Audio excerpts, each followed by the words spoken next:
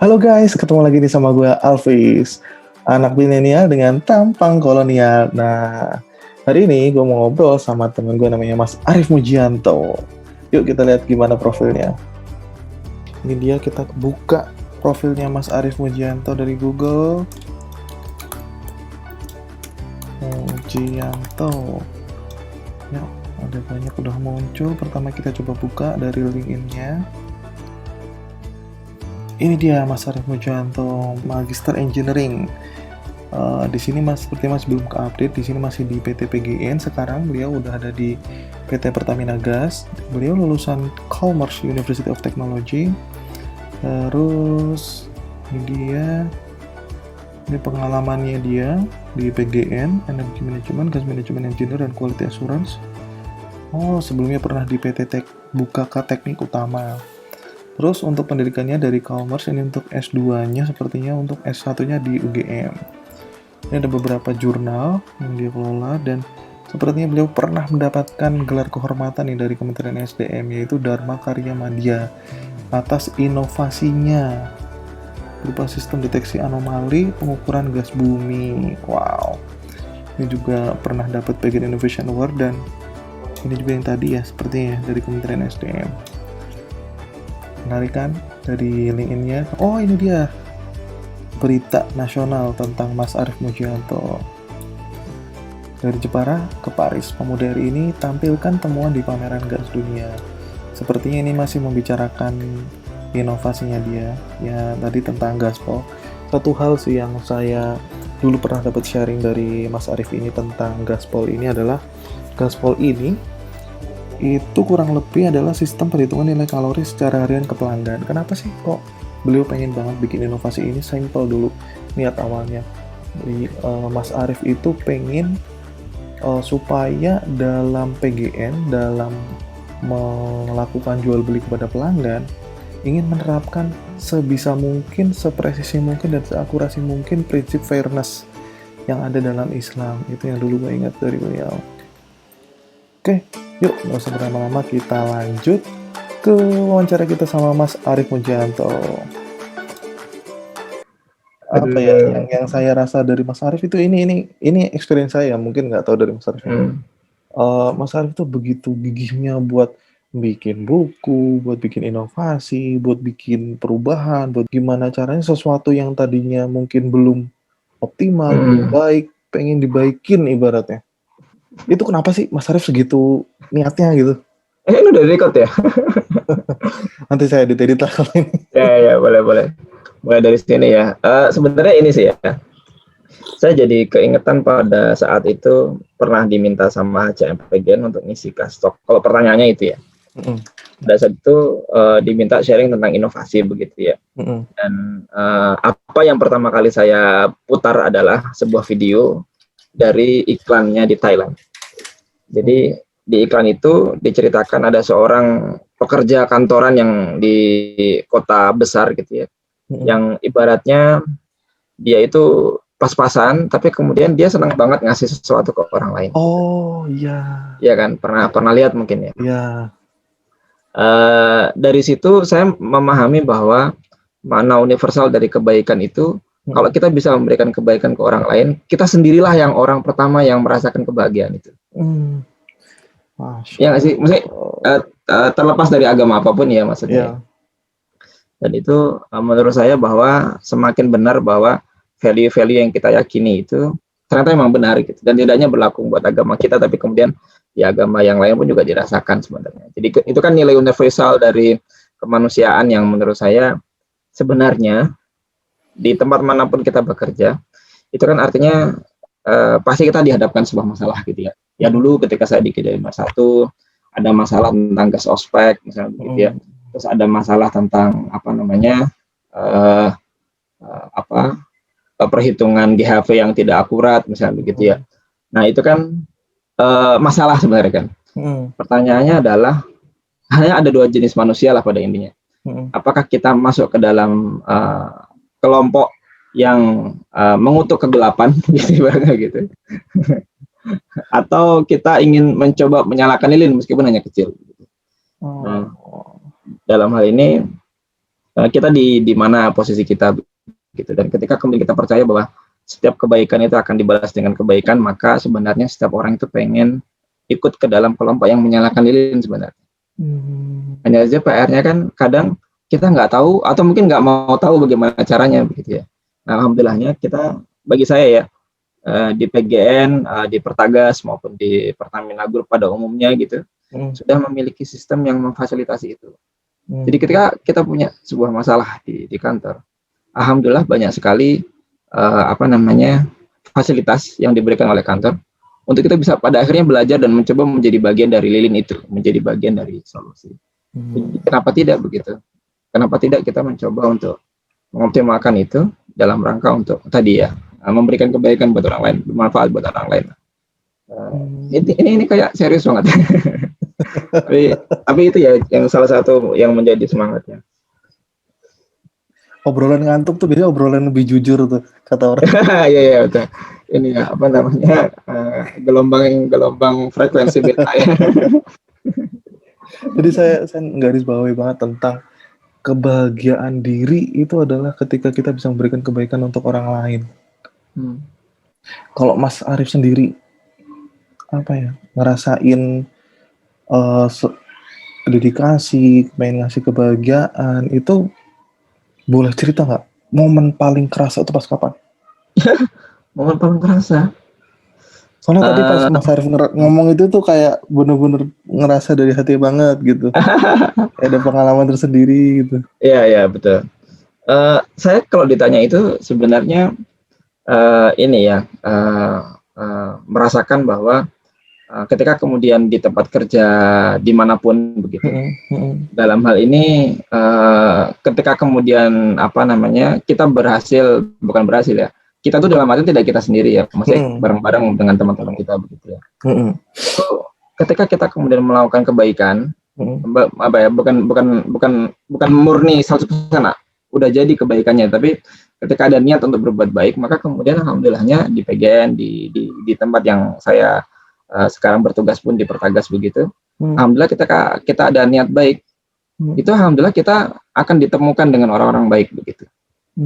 Dan momen itu yang kemudian saya harus selalu syukuri gitu. Misalnya pada akhirnya saya bisa ketemu Mas Alfi sekarang gitu, ya.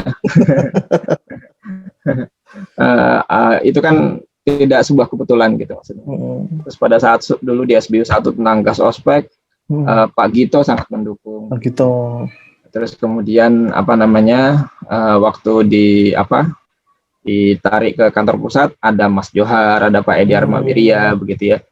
Alhamdulillah mereka suportif sekali, dan lagi-lagi itu yang pada akhirnya membuat kita jadi bersyukur bahwa kita ketika kita punya niat baik, maka kita alhamdulillah dipertemukan dengan orang-orang baik begitu. Itu menurut saya sebuah kebahagiaan sih. Kan salah satu bentuk kebahagiaan itu kan kita punya teman-teman yang baik begitu ya. Masya Allah. Nikmatnya luar biasa ya. Ya Mas, ya harus disyukuri ya berarti ya. Ketika punya niat baik dipertemukan dengan orang baik, luar biasa. Ya gitu.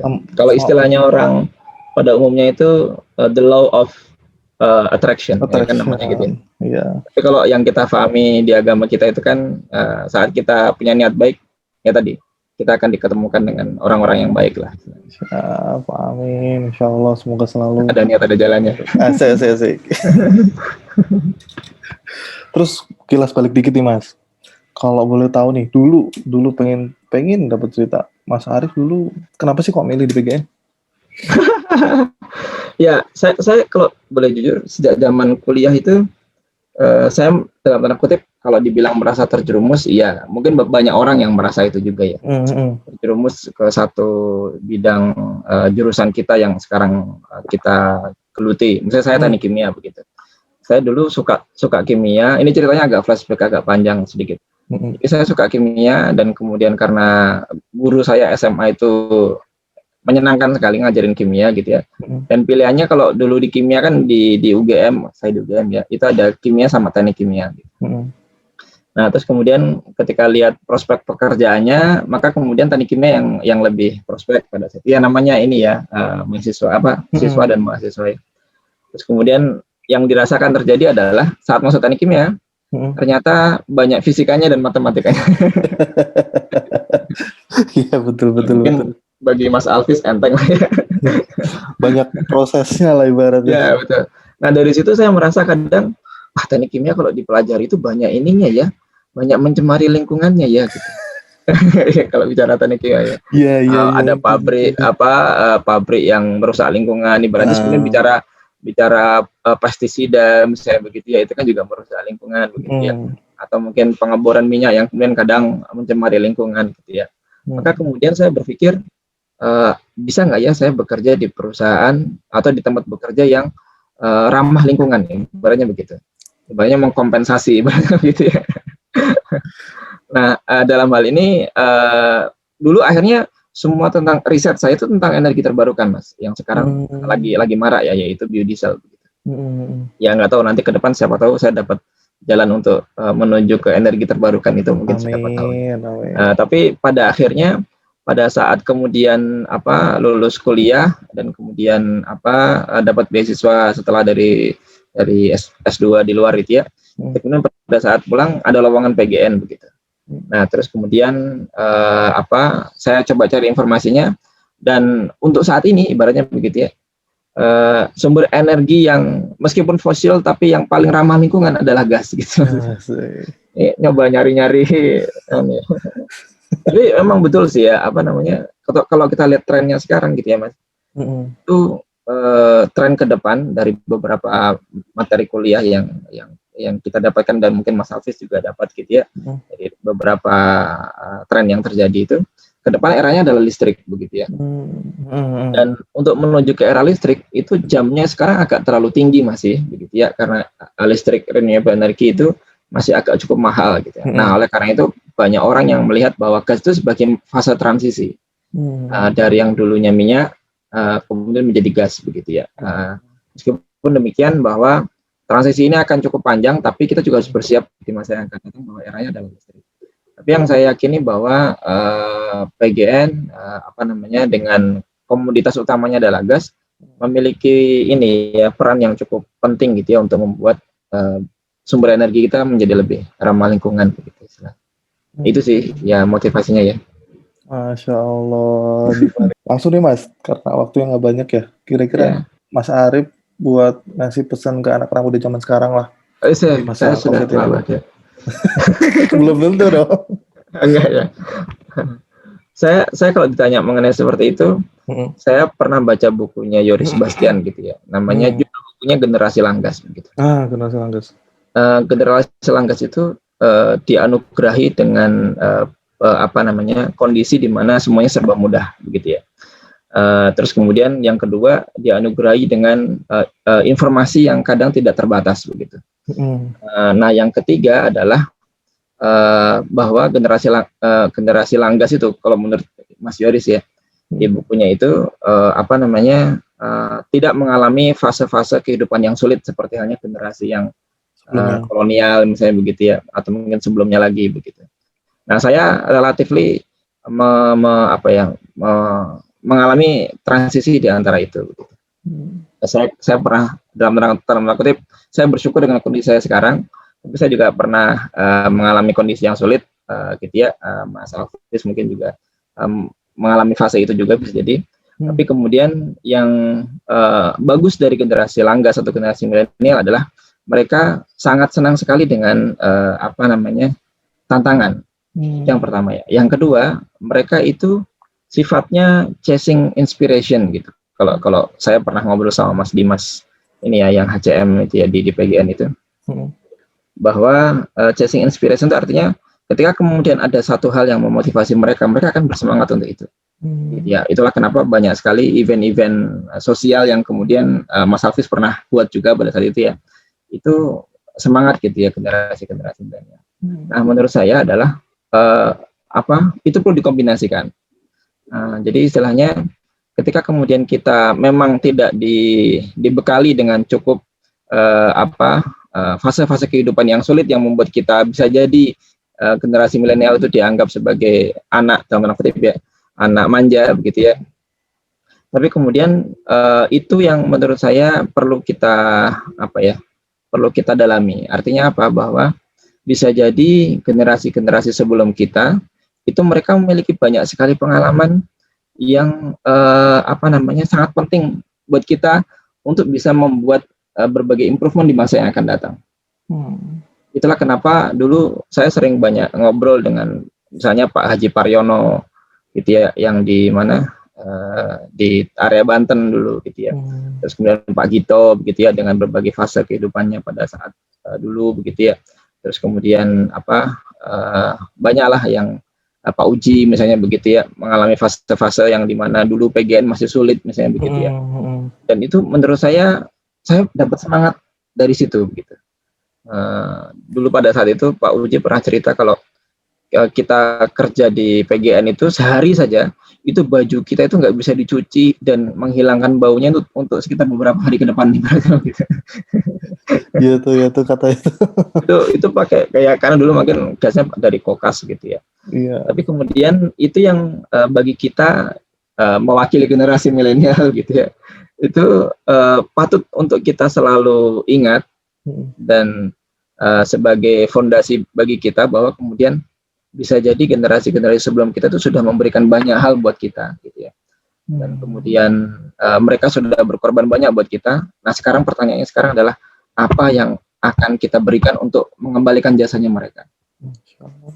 Itu yang apa namanya ya kita harus ini ya apa jangan mau kalah begitu maksudnya dalam artian ketika mereka sudah melakukan banyak hal di fase-fase yang sulit, di fase saat ini kita sudah mudah, apa yang kita bisa buat untuk kemudian membuat bangga mereka begitu ya Mas.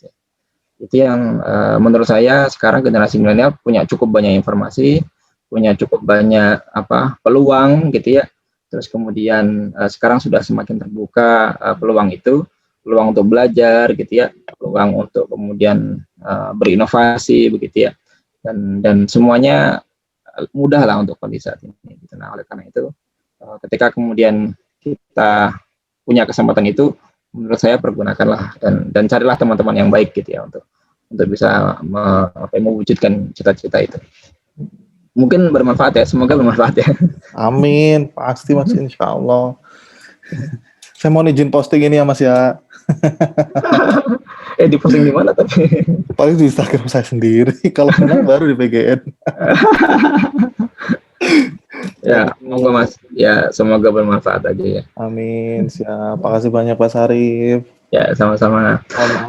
Waktunya. Sebagai penutup, saya jadi keingetan dengan cerita waktu pas saya pernah mau wawancarai juga Mas Boris namanya. Mas Boris itu beliau ini sedikit tambahan ya, sedikit extra miles lah.